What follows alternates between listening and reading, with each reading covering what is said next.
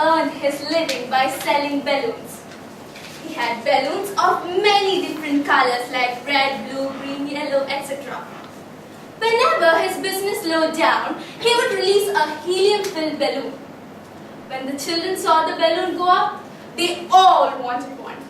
They would go to the balloon seller, buy a balloon, and his business would come up. All day he continued to do the same thing whenever his business slowed down.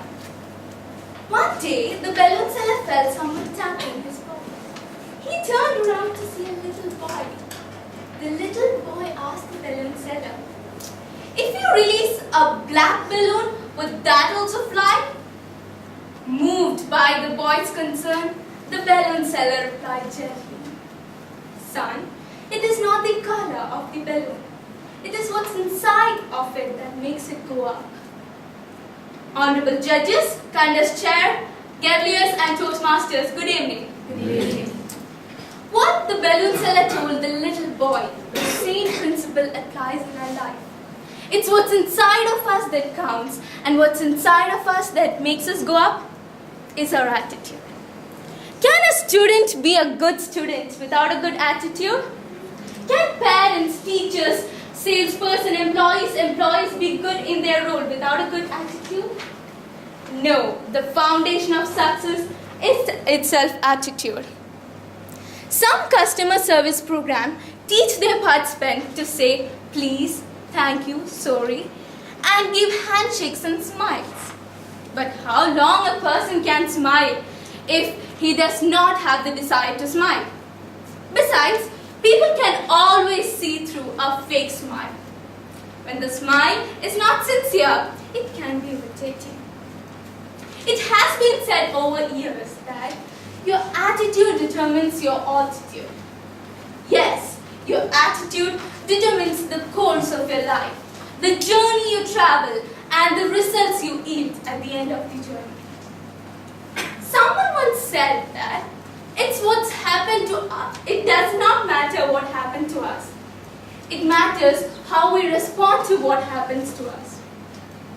Are we born with attitude, or do we mature that, or do we develop them as we mature? What are the factors that form a person's attitude? There are 3 factors that largely determine a person's attitude.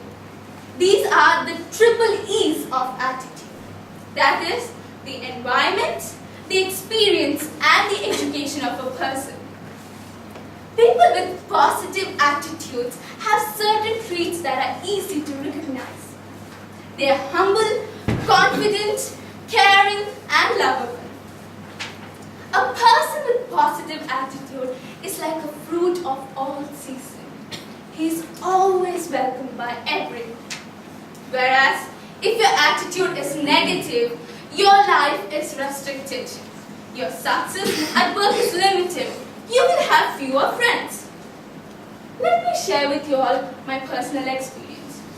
How many of you hate the subject social science? Apparently, many of us hate it. Even I used to hate the subject social science. Last year, we got a wonderful teacher for social. She made the class so interesting, so though we hated the subject, we used to love the way she taught us.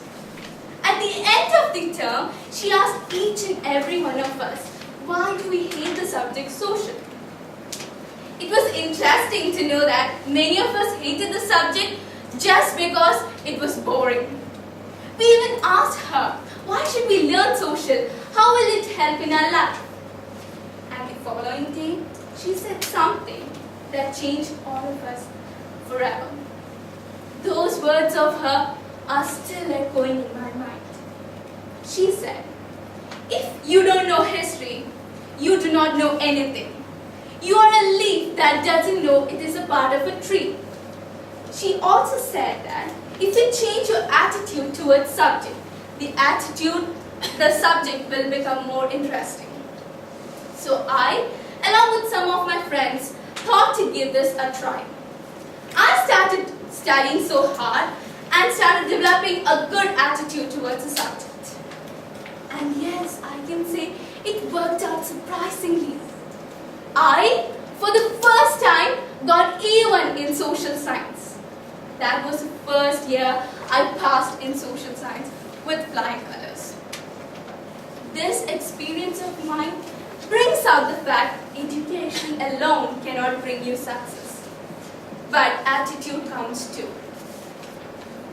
Hence, in a nutshell, attitude to me is more important than education, than success, than failure or circumstances.